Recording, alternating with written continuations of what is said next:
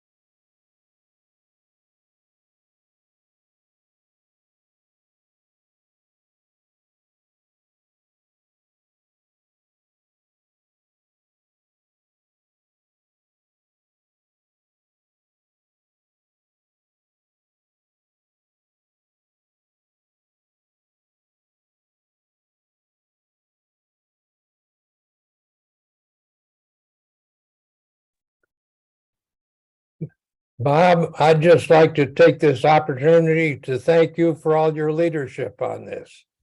I really Okay. think it's great. All right, no problem. Thank you for, I know you're a regular contributor, so I appreciate that. And between all the emails and everything like that, really helps keep things going. So let me see. All right, we'll give one more minute and then we'll get started. It was a small group today, but we'll get going with whoever's here. I know these times sometimes for some people it seemed like the later times worked and others that the earlier time frame worked. So I just went with whoever responded to this earlier time. It was more people did, but okay, let's see. Bill, David, Jonathan Nunes.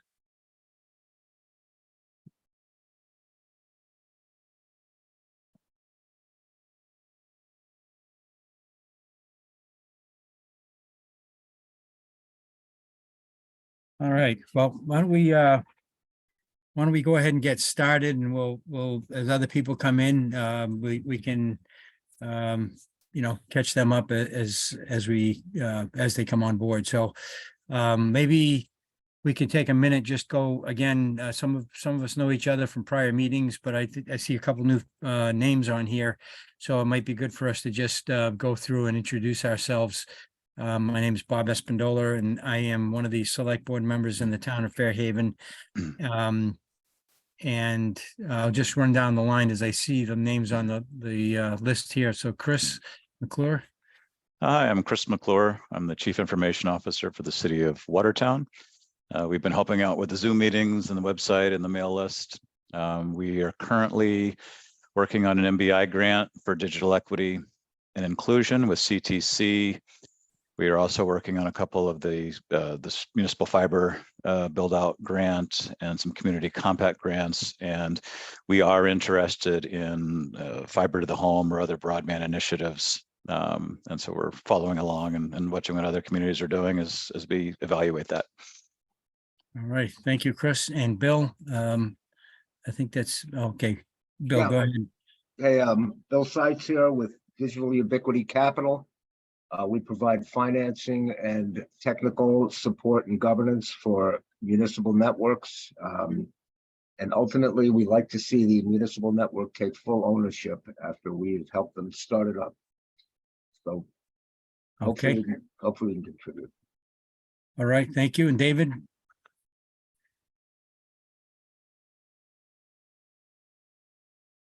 I think you're muted, David.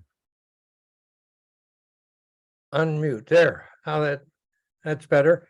David Cole, Westport Internet Advisory Committee.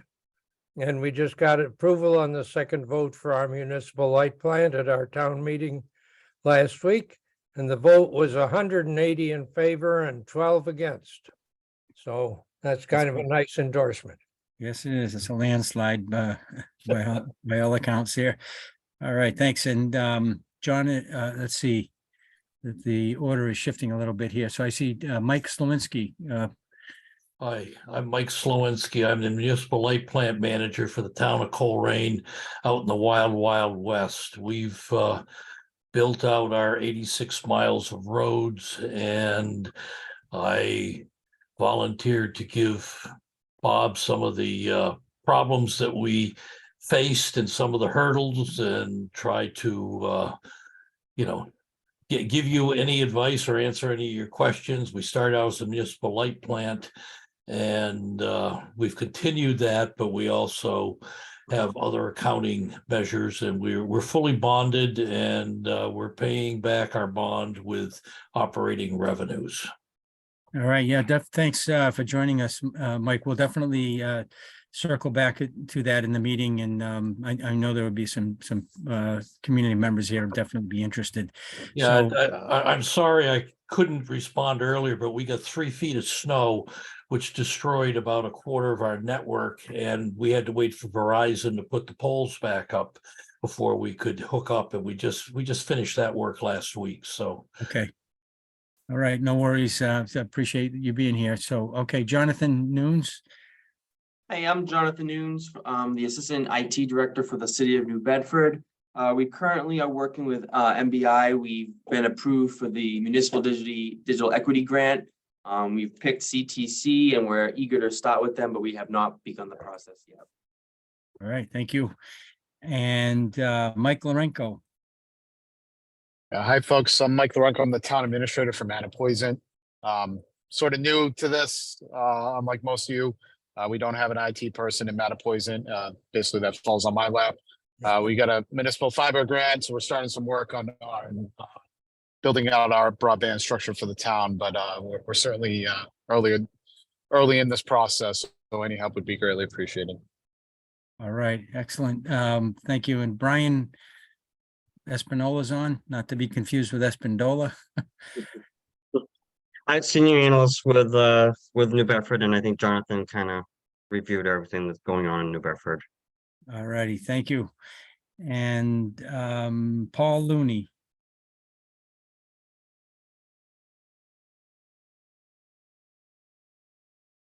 Not sure if you're on mute or let's see.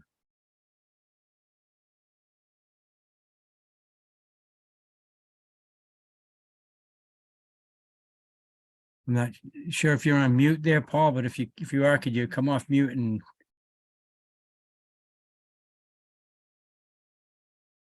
Might want to come back to him. okay, yeah, okay, we're having a little trouble getting your audio on there, Mike, so we'll come back to you and go ahead, Sean Gross. I'm Sean Gross. I'm a consultant working for the city of New Bedford around, of course, broadband access and digital equity. And Jonathan, again, has already summarized really what we're doing in terms of our next steps. I think the only point to add is we are in the midst of filing some challenges to the national broadband map from the FCC based upon results that we collected on our own in terms of speed test data that just highlights that we are well below the threshold that Treasury has established in terms of the 100 down and 20 up in terms of making investments into infrastructure. All right, thank you, Sean. And let's see, we'll go back to Paul Looney. Paul, if you'd like to try again.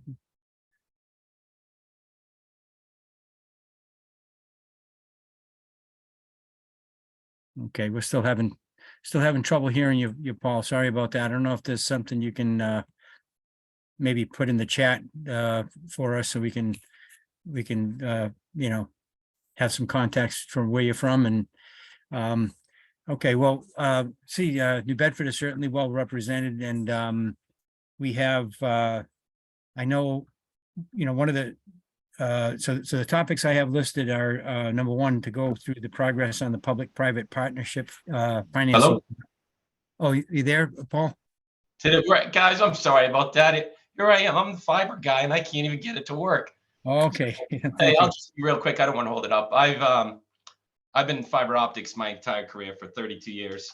And I'm just on the call to, offer any advice you might need. My expertise is in pretty much everything outside plant, be it fiber optic cable, fiber optic testing, fiber optic splicing, you name it. I've been doing it, as I said, for 30 something years, trained thousands and thousands of techs. And I'm just here to learn about, kind of get ahead of the game. I know, funding is still a ways out, but most of the lines I represent, I own my own company, want to kind of be ahead of the curve. So. Okay, thank you. All right, so I think we got everyone that's on the call right now. So in terms of the item number one on the agenda is to talk about the public-private partnership. So we've had, a meeting of this group where we had one of the companies that does financing for public-private partnership. Bill Seitz is on the line with us, and his company ran through a presentation for us last time. We were supposed to go off and meet as a subgroup with some of the communities that are interested in studying this, and that was including Fairhaven, New Bedford, Dartmouth, Mattapoisett, and Westport. And we had trouble syncing everyone's schedules. Unfortunately, we have not set a date to meet. I'm heading out on vacation shortly, so probably we're looking at the early part of June. We're going to try and establish a date to get back together. And one of the things that we talked about doing is first off is trying to look at, from a procurement standpoint, what the rules of engagement would be about dealing with any financial partners. So, Mike Lorenko, I don't want to put you on the spot, but as a town administrator, are you someone who also has procurement officer in your bailiwick? Is that I'm procurement certified. I'm a certified procurement officer for the town of Mattapoisett. Okay, that your expertise in there would really help. I think, first of all, understanding the rules around doing something like we're talking about, and then if the group was interested in going out with a request for proposals to find companies who, as we mentioned last time, Digital Ubiquity, the company that Bill represents, did speak to us last time, but we were clear that this is just to get general information. We allowed them to speak to us, but we were any group that wants to discuss this would hold the option to request proposals, and their procurement rules would likely require us to do that. So that's probably one of the first things we're going to want to do is sit down and talk about what would a request for proposals need to look like to get maybe it needs to be a request for information, and qualifications from companies that do this type of work as a first step. But so we haven't gotten very far with that. And again, we still have interest from those communities that I mentioned, the 5 communities to this point. So does anyone have any comments on that? I'm thinking that we don't have much to discuss on that one right now, until we meet again on that. But if anyone has any specific comments or, thoughts on it, we certainly can. Go ahead, David. Well, since we got this approval of our municipal light plant last week, we are now really digging in to try to figure out how it might be structured, and whether a private public partnership or a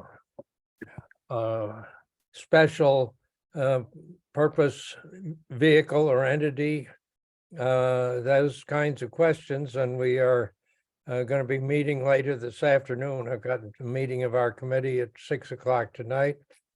We've been in touch with Entry Point and getting a lot of input literature from them. I've been collecting some of that literature, and I could send it to you, Bob, if you wanted it to share on different approaches to private-public partnerships from various sources and pass it around. Yeah, sure. I mean, that's kind of the purpose of this group, is to try and share information and try to learn from each other, and you know, and not reinvent the wheel where yeah, you know, we can avoid doing that. So certainly interested in that. And there's Can one I other- ask? Yeah, go ahead, dimen- David.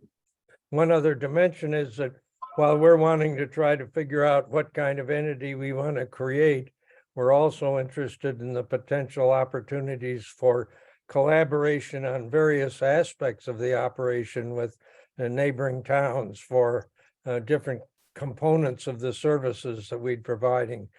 We're a small town and we've got some bigger neighbors, and I think we could really achieve some economies of scale if we can do some of our operations on a collaborative basis. So that's why we're interested in Okay.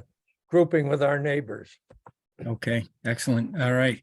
Anybody else with anything they want to add about that? Or, you know, I don't know if you've, you know, you mentioned you're just getting your feet wet, Mike Lorenko, and you know, is there, you know, do you think that is something that you would be able to lead us through, like that whole process of, you know, if we sat as a group, that you'd be able to give us basic, you know, specific guidance on this concept that we're talking about? Because it, you know, we talk about multiple towns. I don't know if it becomes a intermunicipal agreement of some sort, or you know. Yeah, I'd be happy to help in one way I can. This is gonna be a little bit more complicated than what I've dealt with in the past, but that doesn't Okay. mean, Sure. you know, I would work. The town's legal, you know, obviously we have legal counsel. I've reached out to them. They probably could provide some help for us. I don't think that's a problem. In terms of where we are today, Bob, my feeling would, you know, your request really right now is almost kind of a request for information, going out for an RFP without the details, you know, who's involved and, you know, what we're kind of looking for in terms of, you know, how much length and fiber or how the build out's going to work, et cetera. We're a little too early in the process for an RFP. You got to kind of have those details. So, Sure. you know, I'm happy to help in whatever way. And like I said, I'll leverage our council to help give us templates and stuff. So we can get on target. Yeah, I mean, that'd be fantastic if we could do that. And I definitely agree with what you're saying, that, you know, request for information, to just trying to gauge, you know, what the interest level is, and from what types of companies would have the potential to deal with this on us, you know, at this scale that we're talking about. And hopefully that will be a simpler thing to gather together than, you know, a request for proposals with detail. You know, obviously this kind of conceptual in nature at this point. But okay, so yeah, we'll definitely make sure we, you know, whoever can make it to that meeting, that the schedule works around your availability, because you'll be a key driver in that. So let me just step back a second and just say there's someone new joined us, Carl Allen. Carl, if you want to just introduce yourself.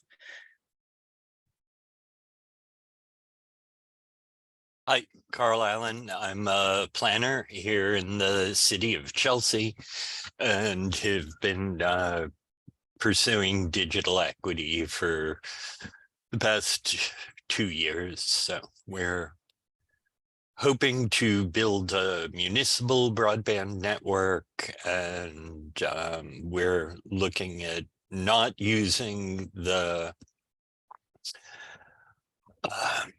power plant path and trying to implement it using a revolving fund. So we set it up similar to our water and our sewer enterprise funds. Okay, all right, excellent. Yeah, so this will be really helpful to have the conversation with Mike Slowinski in a bit here about their experiences with municipal light plant and other you know, enterprise fund arrangements. So maybe we can jump to that shortly here. That the next item on the agenda is really kind of you a general question is, in a prior meeting, there was a suggestion that we should maybe consider inviting the Attorney General's office to a future meeting to discuss the concerns that are collectively voiced by all the, I would say, I think every member of this coalition is the ones that are here tonight and ones that have been in here in the past, I believe, are generally on the same page. That lack of competition is a reason why most of us are here. There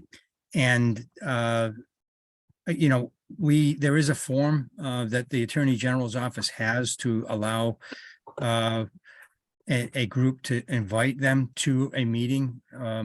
And I'd like to be able to do that for our June meeting, if that is something that this group is on board with.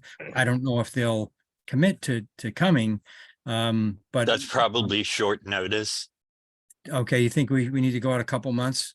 Probably, that'd be my guess, but Okay. I'm happy to help facilitate that. A colleague of mine is her new director of public outreach.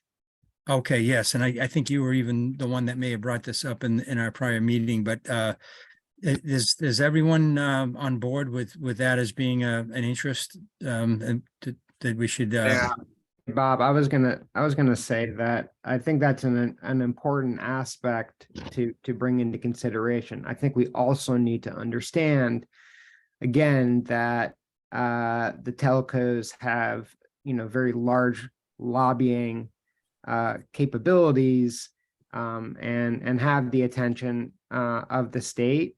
But at the same time, as we're learning more from Treasury and the FCC concerning the allocation of a lot of the federal funds, more and more states are going to have the discretion as to how a lot of these dollars are going to be spent.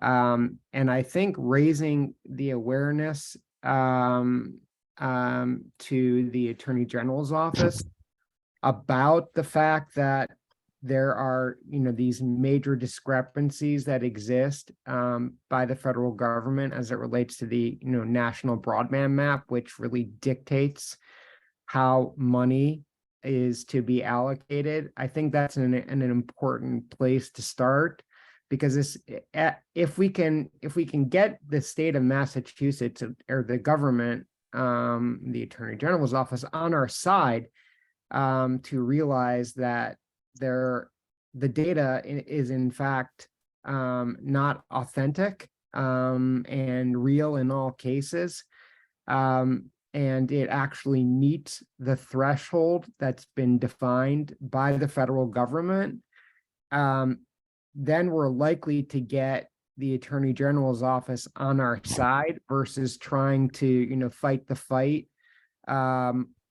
concerning, well, Comcast is this evil company and Verizon is this, is this evil entity. I'm sure the Attorney General's office has heard over and over again about the lack of competition, but this is an opening for us as a group, to basically to get the Attorney General to basically be on our side, that, hey, this is the way the federal government wrote the statute, and a lot of us meet these conditions. It's just that the data is not in fact true that the FCC is collecting, and a lot of us have refuting information and data that we've collected on our own to show that in fact, we've met the threshold. And if the Attorney General's office, gets on our side, then I think it's just going to pave the way, a legal way, towards us being able to gain access to the funds that will help many of us actually be successful in building out these municipal broadband solutions using federal government dollars. Oh, excellent, excellent. Well said, I think it is. And I know that New Bedford's been ahead of the curve in terms of doing, speed tests and documenting what you have in the city. And New Bedford's well represented on this call this afternoon here, but is anybody else share a similar experience there, or would be able to add to that conversation when, Well, otherwise, if no one's can I- specific, go ahead. It's Paul Looney, and it's not specific, but I just want to better understand what Sean was saying. I always think it's the more the merrier, right? So why not have someone come and speak if they're available? What I guess I don't understand is there's multiple elements to what he's saying. And when you say like the lack of ISPs in Massachusetts, what I see more often than not is an economy of scale. So in West Massachusetts, you're seeing Whip City, they're the ISP for multiple communities. South Hadley Electric, working with Holyoke, they're the ISP for multiple communities. I was up in Sherburne, New York. It's a village up in New York. They call them villages. Small town, I forget, 3,000 people, $30,000 average income, right? Really poor. They built an open access network, which took ISP. Yeah, your audio is breaking up. I think we got Come on most of. board. I think we got most of that. I'm sorry, but your audio is breaking up a little bit, Paul. And so I started by suggesting, that the angle of competition, lack of competition as being a major concern for people. And I think what Sean had suggested is an alternate approach to trying to get their attention, which may be much more effective. And talking about the current, new problem, right? Relative, this competition problem has been around for a long time, but now we're talking about a massive amount of money available on the federal level that is being distributed on the basis of some of the input that they're requesting from the states, and then the states from local municipalities, and that it's problematic and how that data is being used. So I think what he's suggesting is not really focusing on right now on the competition aspect. Just leveling the field of giant versus, okay, got it. Yeah. And I don't think there's anything, I think it's absolutely worth pointing out at the beginning of the conversation that, sure, of course, we all recognize the lack of competition. It's been a problem that's been around for, since essentially ISPs were born. And that is our primary concern, but there is a vehicle for us, a legal vehicle for us to gain access to the necessary funding to create the competition that is necessary for us to overcome this obstacle. And There is existing, already is one. Right? Yes. Great. Okay, good. Exactly. So the important thing here, it sounds like, Sean has the most, the best background to be able to summarize this in a way where we can write them a letter, send in a request by a web request, or Carl could approach someone and through a conversation, describe it. So unless, Carl, if you feel comfortable with what's described, then you can reach out that way.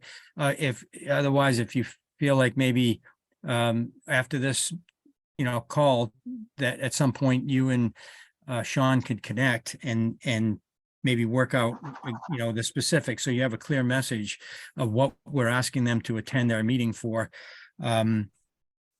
That I think would be the most effective if you two guys got together after this call. Is that okay with you? Works for me. I think there are a couple of other broad issues that we might want clarity on, like pole attachment rights. Okay. Since unless you are already a muni, you don't own the poles in your streets. Okay. I agree with Carl. Yeah, I don't know if, I know that's an issue for sure. I'm not sure it's universal, if there's different arrangements in different communities, to be honest with you. But that certainly could be something that so you're suggesting that that's an impediment that perhaps the Attorney General could help. Not maybe either eliminate or modify the impediment to make it less. Well, at least clarify what the legal pathway for attaining those rights are. And, you know, can you be turned down? Oh, okay. Interesting. Yeah.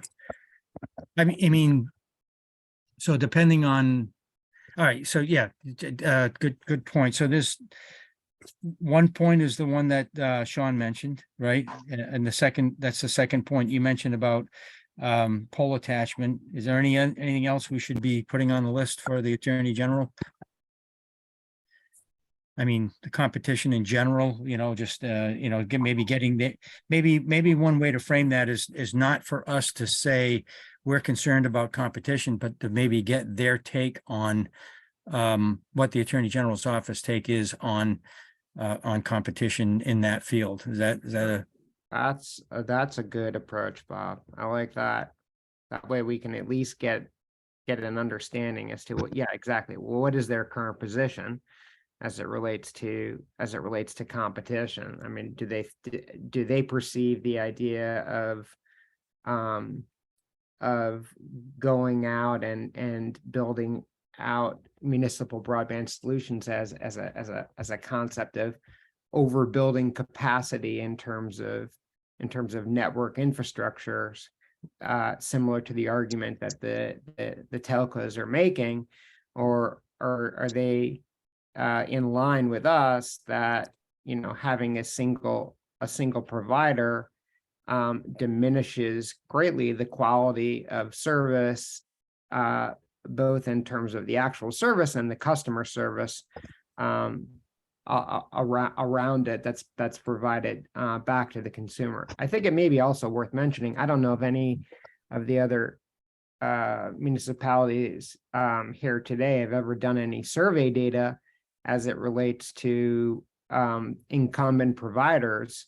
And if it's something that hasn't been done, it would certainly be something, you know, not necessarily before this meeting with the Attorney General, but it would be worth doing to, you know, further highlight what is happening on a day-by-day basis as far as consumers are concerned, related to, again, the quality of their internet connection, as well as the responsive rates by these entities, and just in terms of customer service calls. Because waiting, you know, 5 days, 10 days, 15 days to have a service call when you rely upon internet at your home is ridiculous.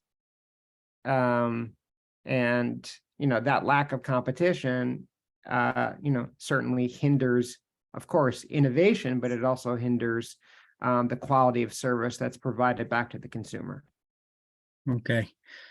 All right. Anything else on the Attorney General, or we think we're good? Yeah, Sean, we did collect some of those data as part of our digital equity plan that MAPC did for Chelsea, Revere, and Everett. So we did outreach surveys. I think they had over 1,000 respondents. Wow, that's great, Carl. Yeah. And is that something that, you know, it sounds like a lot of the communities on this call and who participated in past calls have, you know, started to get into some form of digital equity work in their communities. So if that's something that, you know, really all communities could be including in their digital equity efforts, and, you know, is that something that's available online?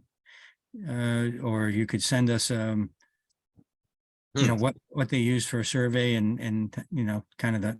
Yeah, I'll try and dig that up.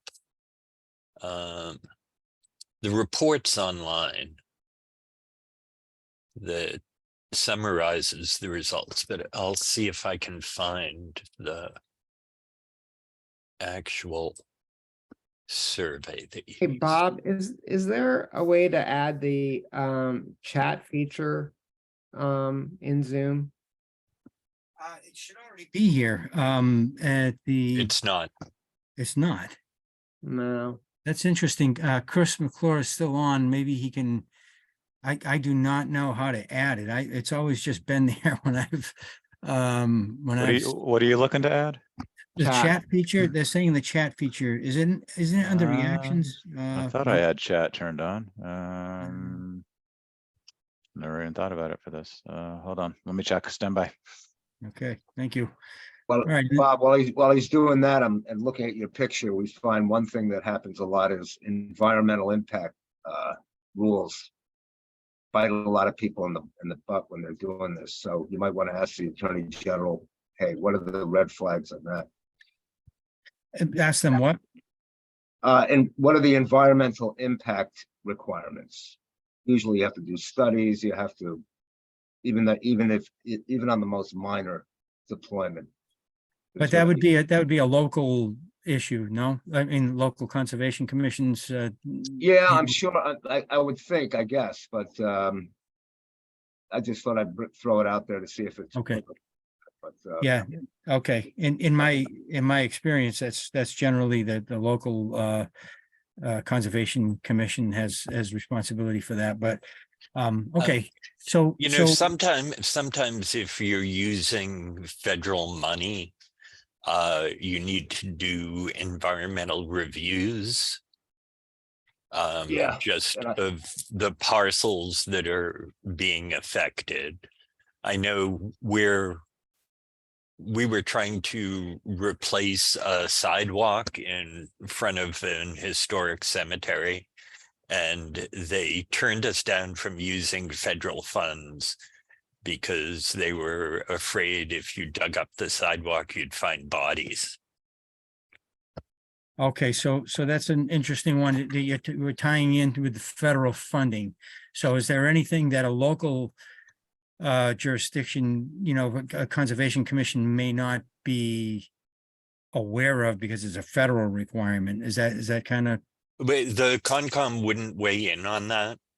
That'd Okay. be your planning department or whoever is administering the Okay. federal grant that would have to do that Okay. check and submit All the right. report. Okay, all right, thank you. So what I'll ask is, again, if Carl and Sean can try to get together after this call at some point, if it's before Tuesday, if it's by Monday that you're able to do that, you can invite me. I'll see if I can participate. After that, I probably won't be able to until after June 2nd. So, all right, so let's move. As soon as if the chat can be initiated, Carl's just gonna drop my cell phone in the chat for you. Okay. Yeah, All right. we use this for a lot of public meetings, so I think we keep chat off to keep everyone out of trouble. So Oh, okay. I just All right. have to dig in a little deeper. So it won't let Okay. me change the settings during a live meeting regardless. So I'll poke around for the next one. Okay, we can, all our emails are, I think, when we send a member's request, Krista, the emails don't show up on there, right? It's almost like a blind carbon copy. Correct. Okay. But Well, yeah, I'm sorry. I was gonna say I can connect the two of you guys, Carl and Sean, later, so no worries there. On the agenda, then let's move on to the next thing, which was digital equity work in the communities. No, but maybe before we do that, in the interest of we kind of have someone here, I think maybe taking this out of order a little bit and going right into what Mike Slowinski has to offer might be helpful, because it's kind of like having a special guest here to address us, and he may not be here in a future meeting, but so Mike, if everyone's okay with that, I'd kind of like to jump over to item number 5, which is municipal light plant work ongoing in member communities, because Mike has experience with that, operating municipal light plant and alternative, ways of operating a fiber to the home network. So unless anyone has an objection, I'll just ask if we can allow Mike to give us an overview of the pros and cons of what they've been through over time, a little history and pros and cons. Okay. All right. There are no objections to that. So Mike, if you could Go Okay. ahead and just reintroduce yourself briefly, the couple new people since you last spoke, and then tell us about your history. I'm Mike Slowinski. I'm the municipal light plant manager for the town of Coleraine. Town of Coleraine is a very rural area. We have 46 square miles, 80 miles of fiber, 1,680 people. We have a 73% take rate. 99% of our fiber is attached to Verizon and Eversource poles, which are jointly owned. And Eversource we had a good Eversource contact, which was very helpful, and Verizon did everything they could to slow us down, cost us money, and make all kinds of demands. And then after we exceeded or agreed to their demands, their service was atrocious. They didn't replace rotten poles. They just passed them by. They sent crews out from Boston. You have to have certain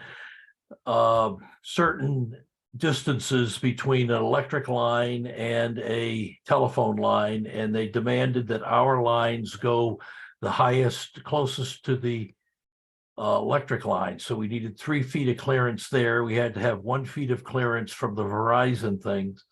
They knew that the poles were marked. Some poles, it took 5 and 6 times for them to get it right. They did everything they could to slow us down, because they knew that as soon as we had this broadband, they dropped what they called the Verizon high speed, which was, 10 gigs up and 30 gigs down. And it was on copper wires that were installed when I was in grammar school. And the wind would blow and you would lose everything. So, and until Lieutenant Governor Polito got in, we were just at a standstill for 2 years. The make ready work, which they promised and we paid for up front, they did not do. And we finally got 19 towns together through Whip City Fiber, which is our ISP. They also act as the managers for the building. And there would be bi-weekly meetings with the lieutenant governor so that we could get this built in. There were, like I said, 19 towns in Western Mass, and there was no competition here because Comcast didn't want to come in, Spectrum didn't want to, and Verizon claimed they wanted to, but they were just waiting it out as long as they could and made as much money off us. We started out as a municipal light plant because that was the only way 8 years ago that you could start the broadband process. Once we got into it, we went to the enterprise fund, and frankly, the Department of Telecommunications, DTE, they didn't want to hear about us as a municipal light plant with, at the time we had 400 or 500 people on it. They didn't care. They didn't want it. They said, we don't want your reports. We don't want anything. Just leave us alone. Don't bother us. And they suggested we go to the enterprise fund, and we did, and it's worked swimmingly. Our ISP, which is, like I said, Whip City, which is a wholly owned subsidiary of Westfield Gas and Electric, does all the billing for us. They take a small percentage. They send the money back to us. We put it goes into our town treasurer. And every town meeting, we are paying off our bond. We bonded for about 60% of the cost, 59% of the cost at 3.28% for 15 years on our bond. We can call the bond at 8.5 years. And the way our projections go, we should be able to pay that bond off in 8 years. And that include That's awesome. They make you go through, and you have to have certain reserves that you have to keep in case of emergencies or whatever, so it's a forced savings account, in other words. And there's a percentage of that, and we have that in the enterprise fund as a separate non-touchable item unless we put it in. It can't be touched by the select board. It can't be touched by the municipal light board. It has to be voted at town meeting for extraordinary expenses. Okay, And who is the they? Is that DLS? This was part of the grant that we got. We got a lot from MBI because we were the unserved towns. Mhm. You know, there are underserved towns and there are unserved towns, and we had nothing. I mean, it was literally dial-up or HughesNet, or like I said, this Verizon, which was absolutely abominable. But the enterprise fund works swimmingly. The money comes in, we pay our ISP, and there are different programs. There's an ACP, which is a $30 a month subsidy for anyone that has that income limits, and then there are other things that are all part of the process. And we get one bill a month from Whip City. We pay it, the money goes into the account, it's seamless. Whip City is also we've signed a 10-year agreement for them to be our service provider, which we have to, basically we give them a retainer, and they have people on board who are familiar with the area. I mean, they were here when we built it. We had them help build it, and we subcontracted with them through Certex, which is a company out of Connecticut, which built it. But when we had the 3 feet of snow, they were there. As soon as we got our roads open, people were getting their services back they could call in, and within an hour, they had trucks rolling, and everyone was back in service that had electricity in less than 24 hours. And that continued over 2 weeks. So we got excellent service from them, and the Verizon lines were still on the ground. Once the electric lines were up, the Whip City people had internet back. They didn't have their Verizon phones, but they had, and we also provide service voiceover for $12.95 a month. And so our people had phones, but the Verizon people didn't have phones. And Verizon could care. Outside my house, there's still 2 lines on the ground because Verizon hasn't gotten to them, and it's been almost 2 months. now, Mike, you mentioned, so first of all, just to be clear for people, when you mentioned the potential to pay off in about 8 years, 8.5 years, your project was, what percentage of the project financing was the grant? Grant, we used grant of about 32% was grant money, and we used some stimulus money Okay, that we had to spend so that we didn't lose it. So we used some of the town stimulus money, about $400,000. okay, so just so people understand that the model that you're talking about was some time ago, special grant funds that were available that wouldn't be available to us today. Anybody in an area that's not, considered, We were considered unserved, so right, this was the part of the original $50 million the last mile, to do the middle mile. middle mile. And then we piggybacked on the middle mile. The middle mile gave us a spline to every fire station, police station, school, town hall, and library in the 123 towns that had nothing. Okay, Then we used that as the starting point, and then we went from there. But we also happened to have Richard Neal. Congressman Neal was our congressman, and he was head of the Senate, Senate, it's not Senate Ways, it's a Senate Appropriations Committee, and he made sure we got federal funds out here because of the rural nature of this, and there was no alternative. And we are up against the state of Vermont, and we couldn't go into Vermont. And a lot of our residents get services from Vermont, from Green Mountain Power. And we weren't able to find a way to give them service without building poles out to them through Coleraine or Heath or Rowe, the neighboring towns, because we couldn't spend any state money out of state. Okay, thanks. And one of the things that I wanted to ask you too myself is in our town of Fairhaven, and you and I spoke a little bit on the phone about this a couple months ago. One of the opinions, an opinion that we received from our town council at the time was that with an enterprise fund, typically, like if you have a water or sewer project or something like that, where you're building infrastructure and it goes by your home, you pay into it whether you attach or not.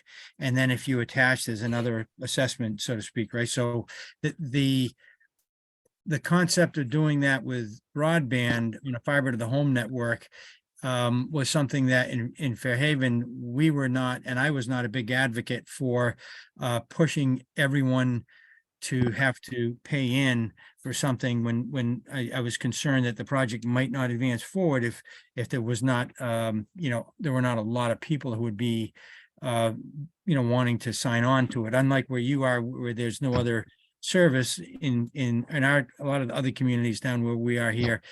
We do have, good established service. It's just, we're looking for the competition, lower prices, better service, those kind of things.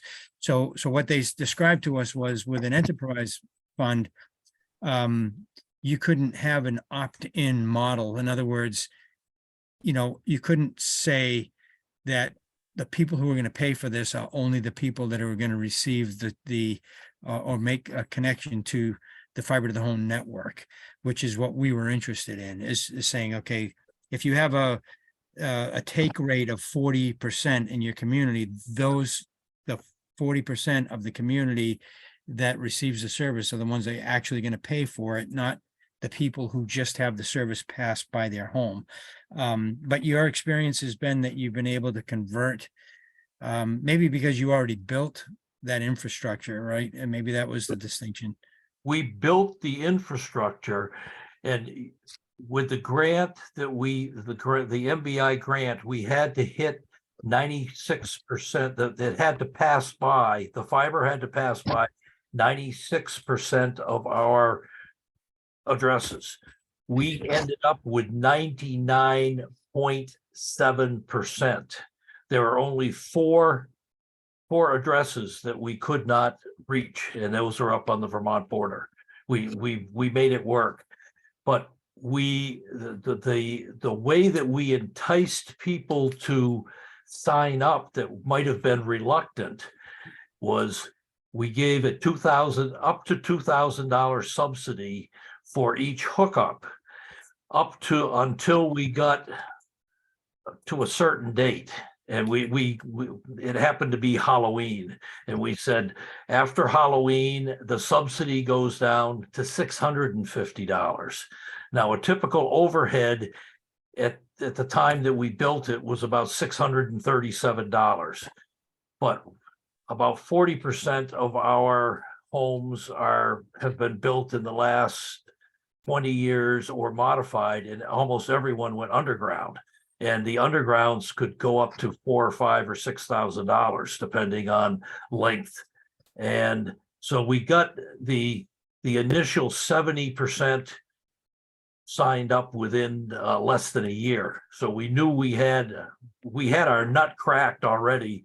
It was just a matter of getting it built. And we brought in extra crews and got it built before winter, because up here in the hills, if you don't have it done by Veterans Day, you might as well wait till, next spring. And so in less than a year, we got everything built, and we were making money our first year.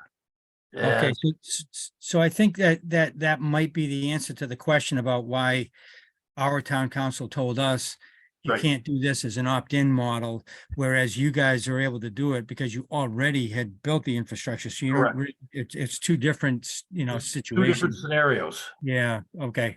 And All one right. thing I'd like to throw out there is make sure you know where all your airports are. It's amazing how many, there are little airstrips out here. People have light wing aircraft or whatever, and you have to put everything underground through any airport that is on the FAA list and the ABC list, and there's about 3 different lists. And we ended up incurring a lot of extra underground cost after we'd already strung our wire, because we didn't know it was an airport.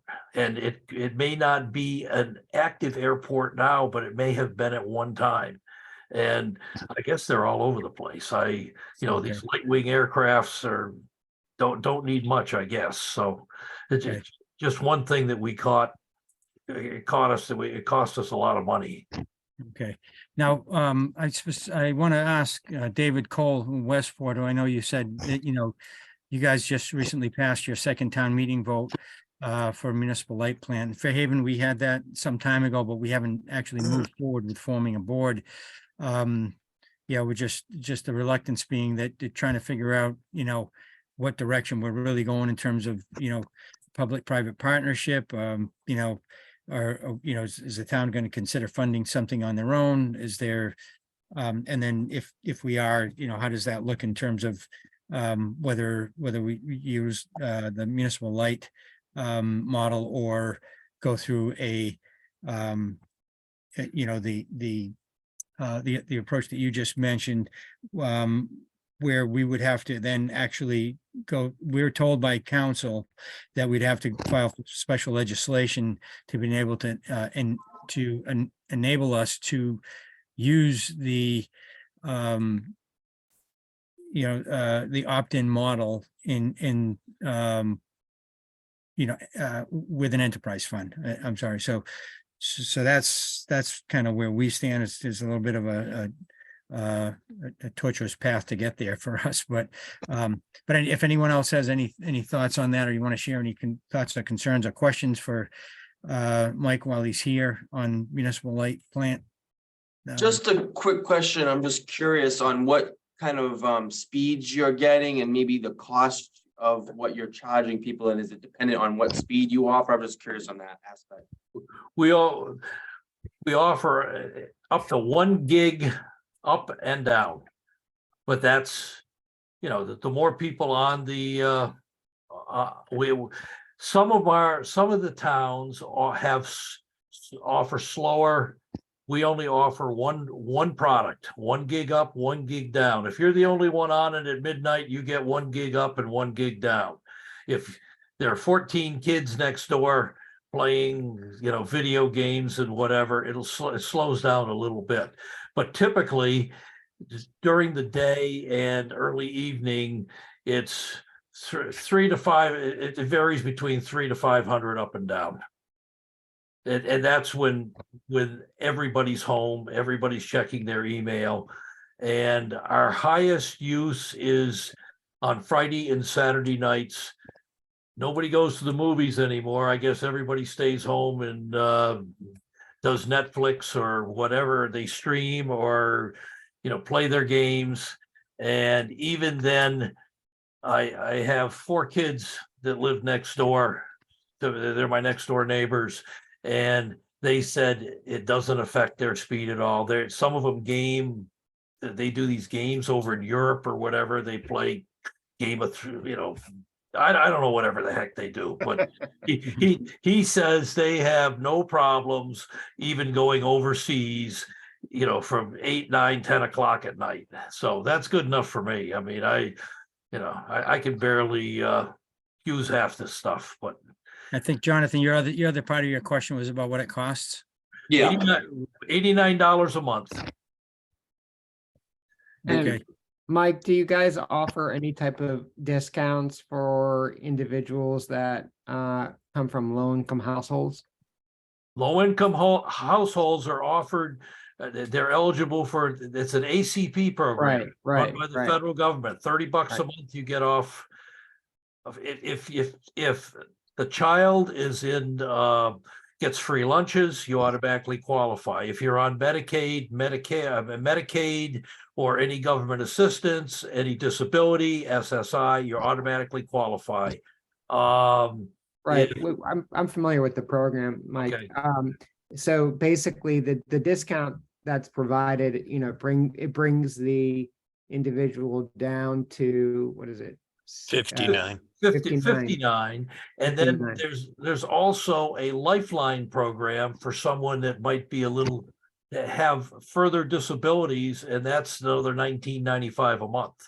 Oh, And the- so I thought the government's directive was that you could not tap into Lifeline and ACP at the same time. we have several people that are on both. Oh, I didn't We realize. have a number of individuals, and this is all done through Whip City. It does all this for us. It's a line item for the Lifeline, and then it's a credit from the federal government for the X amount for Lifeline, X amount for ACP. And Well, it's all administered through our ISP. That's We- interesting because we don't touch it.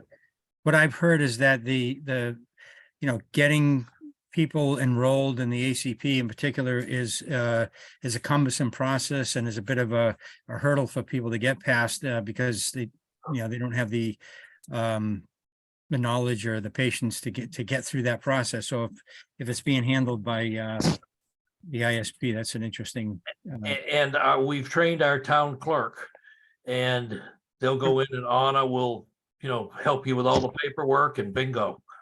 I mean, people are, we have approximately 22% of the town is on ACP. So what does Okay. that translate into numbers, Mike? Well, we have 600, right now we have 640 for 642, I think was the latest.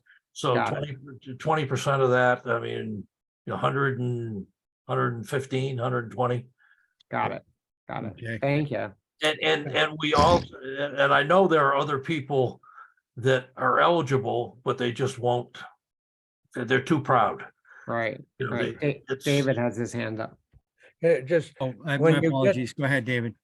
when you say you get a discount, does that mean it's just a reduction for the customer? Or does that get reimbursed out of some outside fund? No, it gets reimbursed from a federal fund. Okay, The customer loses the money, gets the reduction, but okay, it's shown as a credit on our bill through the federal fund, and it's all, like I say, it's all done by our ISP. so your company doesn't lose any money from We the don't discount? lose any money. Okay. It's a different line item, there's a credit on one end and a minus on the other. That sounds By the great. way, sir, my sister lives in Westport. She and her husband voted for it. She said to say hello she thinks you're doing a great job. And she can't wait. She comes up here to the farm and sees how much better we have than what do you have, Spectrum or something down there? And Okay. she's Well, not happy. I don't know whether you heard at the beginning, I said that we got a favorable vote of 180 to 12. That- So your daughter was a part of the 180, I guess. You got it. They're Thank all happy. Thank you. All right. So, all right, thanks a lot, Mike. I appreciate it. And unless anyone has any other specific questions here, we should probably move on to the next item, which is digital equity work in your communities. So I just want to start out by saying that in some time ago, we talked a little bit about in the Serpent area, and I know we're not all, there's people from different parts of the state on this call. But the fellowship program that we learned about through MBI was available. And I know that the Serpent, the Southeastern Regional Planning and Economic Development District, our regional planning authority down here in our area in southeastern Massachusetts, has put in an application on behalf of the local communities, their local Serpent communities, and they felt that it was a promising application. They've gotten some good feedback, And, but they were trying to schedule a second interview. The AmeriCorps was trying to schedule a second interview with them this week. And it looks like it might fall into next week because SERPED's annual meetings this week and they're kind of tied up. But Sean Gross has actually provided some information recently to, some thoughts on how we could use a fellow in our area. But again, there's 27 communities, and this resource would be shared among the communities for various purposes. And I don't know if, I'd like to talk about digital equity work in general, but did anyone else apply for one of those MBI fellowships? I I thought, did. Carl, you did, right? I Okay. did. Actually, I got an email from them today that I haven't opened yet. Oh, okay. So maybe maybe you're going to find some good news there. I know they were only offering 15 for the entire state. So, and Yes, I got a positive response that we have been selected to host a American Connection Corps member for 23-24. oh, excellent. Good. All right. All right. Congratulations on that. That's good. That's really good. Anybody else applied for one here? No? Okay. So that's one we know of, and I haven't received a similar email, but the emails would be going through. What happened is basically so you know what? I'm just looking now, and there might be It came from Scott McFarland okay, from yes, and Lead so- for America. Yeah, so what happened is I helped draft the application and worked with Jeffrey Walker, who's the executive director at SERPED, and I just checked my inbox from him. And it looks like similarly, we are honored to have selected you as a host organization. So it looks like the SERPED group received a similar good news today. So that's great. And so we'll have to compare notes on that as we go along. And Sean, your efforts are appreciated to come up with some good ideas there. And hopefully the city of New Bedford can as you mentioned in the past, reach out to the city of Fall River. I think the cities are probably an opportunity, one of the best opportunities for us to utilize these resources, this resource. All right, great. And Bob, go just a ahead. quick question. What are those funds? What can those funds be used towards? It's not money, it's a body. Yes, it's right. It's a person that would work locally to help you with your digital equity efforts. And what we are, and they're looking for the local community to actually help find that person. In other words, they're going to be interviewing, they're going to be able to cast a net however wide to try and draw in applicants for that position. So they've awarded the fellowship, but they're looking for the local communities who to have some input on sending people their way to interview. So if anyone So here, representative. Okay, got it. yeah. And by the way, I'm glad you asked the question because it's prompted me to ask those on the call that are from the SERPED territory. So, that would be New Bedford. I don't think Dartmouth's on, but they've been in our past calls. Westport, Fairhaven. If anybody has any ideas on a person who you think would be a good candidate to serve in this fellowship capacity, maybe they have a strong interest in this area, have some availability. The AmeriCorps are very interested in finding local people to try and take on these fellowships, and they'll provide great training for them. And according to SERPED, they this Jeff Walker, the executive director, has told us that he hosted in the past, AmeriCorps volunteers who ended up. So this person would work and be supervised by SERPED. SERPED would house them in their offices and kind of give them some supervision and guidance. And he's told us that in the past, those have turned into actually turned into job opportunities in Serpent, some or in regional planning agencies. So there's the potential for someone to start off as a fellow in this specific area, and then impress at a regional planning authority and catch on there. You have your hand up, David? Yeah, who do you contact at Serpent? Is it Jeff Walker or somebody down in the staff? Jeffrey Walker is the one who is going to Okay, be, all right. he has asked me personally, because I initiated this process with him and, tried to get, our local communities on the map with this.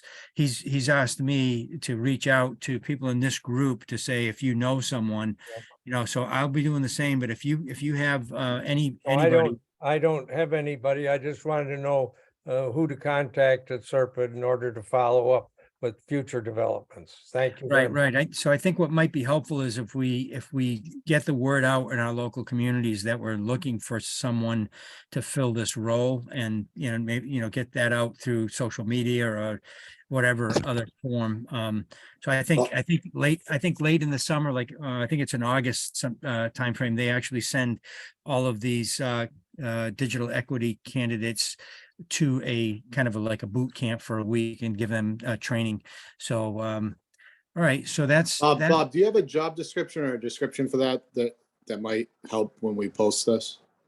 Yes. What I'm going to do is I will work with Jeff Walker to try and see if we can come up with something that each community can use for that purpose. We have some good information from the AmeriCorps people who, when they had the application was live, Yeah. they had, some good description and some videos and things like that. But I think, something more like a page that just outlines what we're looking for and what communities would be served would be probably good. And I know, Carl, unless you guys already have someone on board there, I'm guessing that you may be going through a similar process down shortly where AmeriCorps will be asking you for help recruiting someone. So it'd be good to compare notes as we Yeah.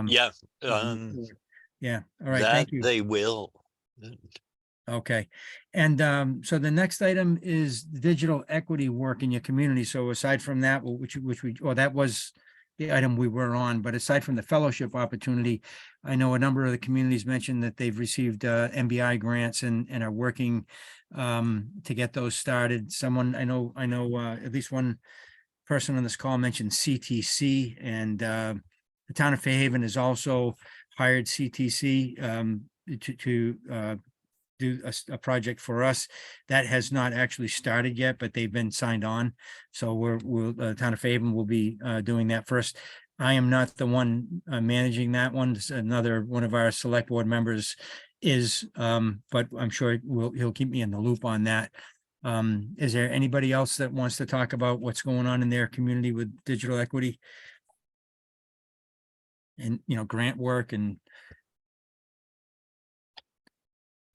who else mentioned that they had, I think Chris mentioned that, right? Chris McClure, you still with us, Chris? I think he dropped off, actually. Chris McClure from Watertown mentioned it. And Carl, you've already been through this process, right? Yeah, my next step is putting together an RFP to hire someone to do a detailed business plan. Oh, okay. A detailed business plan for developing. For what a build out would look like. Part of, and. You mean for a digital equity? No, for a municipal broadband network. Okay. All right. I see what you're saying. Yeah. Okay. I mean, the thing that I would just add is, and I've mentioned this before in this forum, the digital equity work is pretty much a precursor to any large investments that the federal government will make. I mean, they make investments based upon income, and they make investments based upon availability or lack thereof of service. And doing this exercise in terms of identification of what the needs are in the community, I know are elements that Josh is most certainly going to be including as part of their digital equity reporting requirements back to the state. And the feds have also, stated that, monitoring how a particular city goes and, number one, identifies need, and then is able to fulfill that need in a timely manner. And when I use the term need, I include in there not only internet access, but also access to devices, as well as access to any type of training that is necessary for the individual. And training includes things like actual, technical training on, how to use a computer, and just, basic things like operating systems and things that, maybe some of us, take for granted. And then there's a whole other element, and that element is digital literacy training that also complements a digital equity program. So that's the work, that we just put together more or less an outline towards in terms of doing, but we actually haven't done any of that work in terms of, who are those individuals.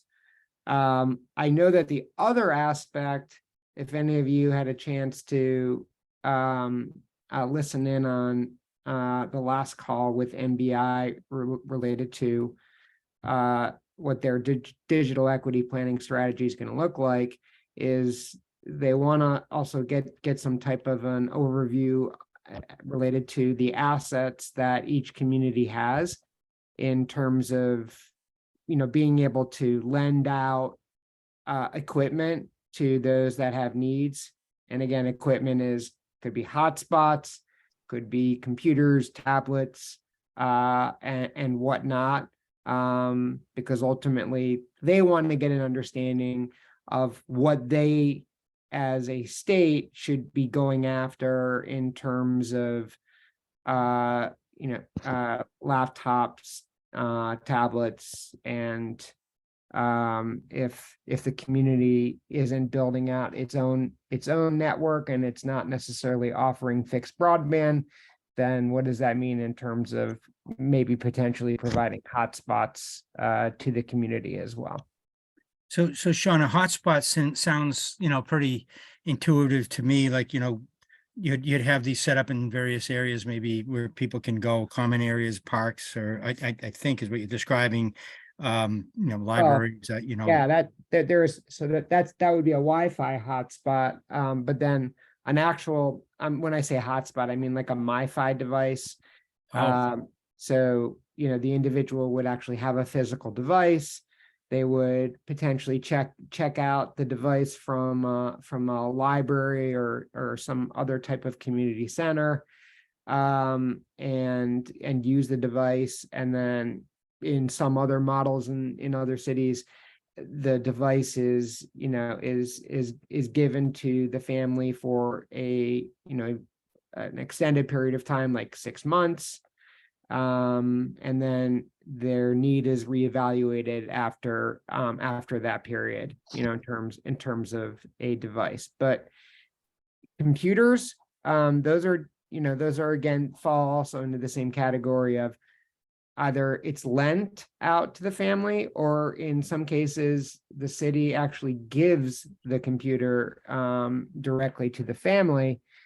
And then that goes to the whole aspect of monitoring the impact that the equipment or service has had in terms of progress that the family has made with the use of the technology. Yeah, when I last spoke to MBI,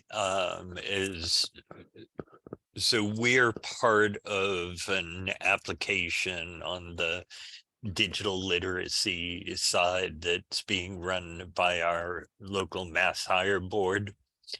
And it seemed to be based upon responses Mass Hire was getting that MBI is looking to partner with Tech Goes Home statewide to do some of that literacy and device into the hands of people part of that. Good to know, Carl. I didn't know that. Yeah, that's a great organization. The Tech Goes Home. I think in the past, when I went to I think it was back in October last year, I went to the MBI conference they had up at their headquarters there, and the Tech Goes Home was described. To me, it sounded like they primarily were focused on the big city populations, so that it wouldn't be necessarily available to smaller communities, but maybe with this effort for the state, they're trying to expand on that. That's an interesting development there. So yeah, anybody else have any other digital equity? We'll see go what ahead. happens, because all of the organizations submitted basically expression of interest, saying what parts of the puzzle they wanted to tackle. And MBI just responded back to them, telling them that they're approved to submit full applications, and this is the scope they want them to submit for. Okay. All right. So I think, does anybody else have anything else on digital equity that you want to talk about here? Any questions or concerns? Or okay. So I'll be looking forward to speaking with you, Sean, about this opportunity with the fellowship and getting together with Jeffrey Walker and coming up with something that we can kind of send out to the other Serpent communities to try and look for an applicant, and then look for ideas from the local communities on how they think we can best use this fellowship, this person, the fellow. But I know, Sean, you've already got some great ideas there, and we'll certainly be starting, I would think, with those when the opportunity is here. And it sounds like it should be in the fall, like in September, I believe, is when this person should be available to us. We'll read more, and I'll forward that email I received. If there's any detail in it, I'll look through that and send it over to you. Sounds good. Okay, so we had, that's item 3. Item 4 was the NTIA survey. So we had a hope to try to get some comments in on the NTIA survey, that the 24 points that were listed and MBI reviewed with us in our last meeting. Unfortunately, we didn't connect on that together and Well, get any comments in. So I've got some good news, and the good news is most of the feedback that we had talked about in the meeting in response to what NTI was looking for.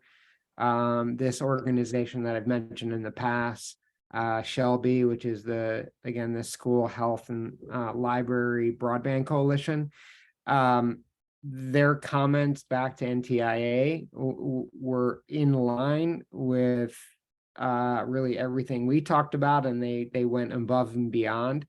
excellent.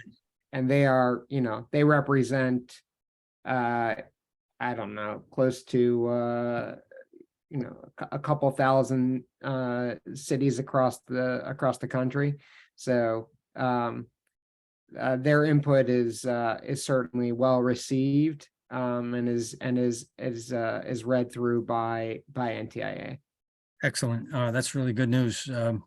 Yeah, I was thinking we lost an opportunity there, but if it went through that, and that sounded like really good. And the primary thing being the complexity, right? If you want to just maybe just recap that for some of the people that are on the call tonight that weren't on the last one, what your primary concern was there.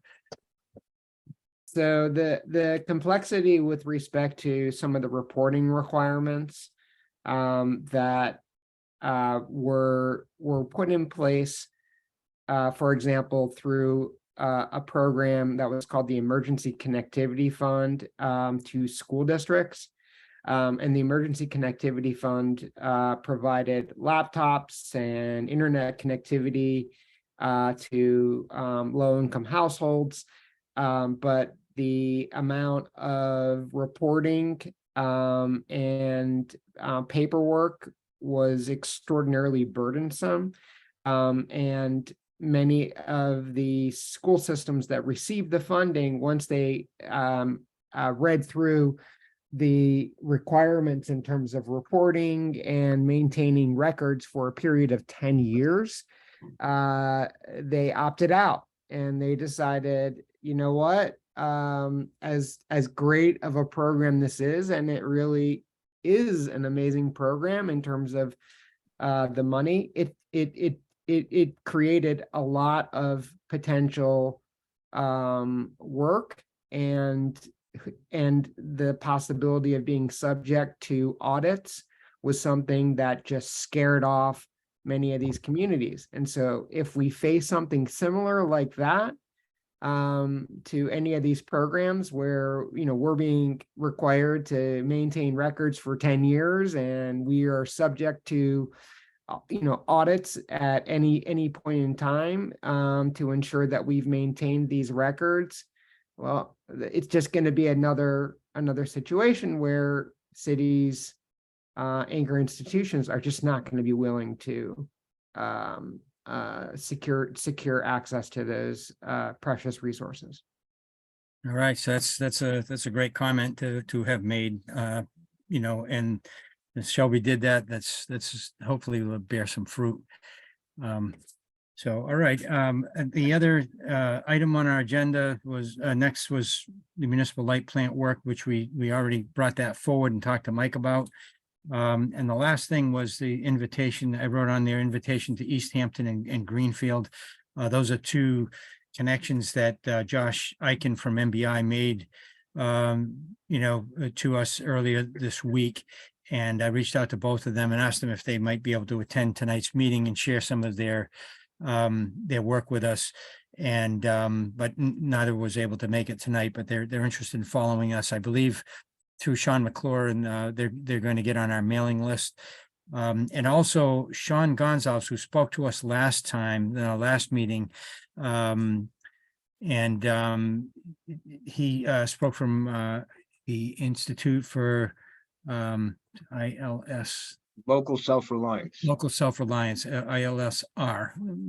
And he was down in a conference down in Houston, and he met some people that he wanted to introduce to us, but he also said that there's some good work going on in Quincy right now. We haven't had anybody from Quincy on the last couple of meetings, but it sounded like there's something there that he felt we could really benefit from learning from what they're doing right now. So, and he mentioned, I know that someone else mentioned Certex on this call. Sean mentioned he met someone from Certex who's done a lot of work in Massachusetts and also does public-private partnership work. So that's all I really wanted to say about that. Was that these other groups hopefully will make it. I mean, especially East Hampton and Greenfield, what they're doing there in Quincy, that we can learn from what they have going on in their communities.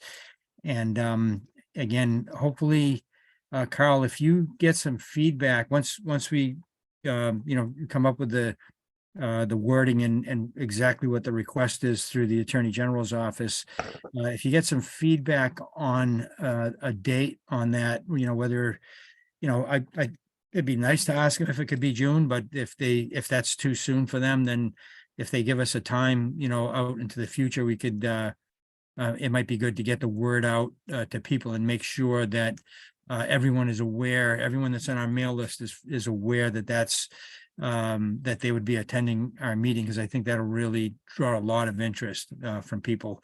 And that, we'll have to really look closely at the time of the meeting.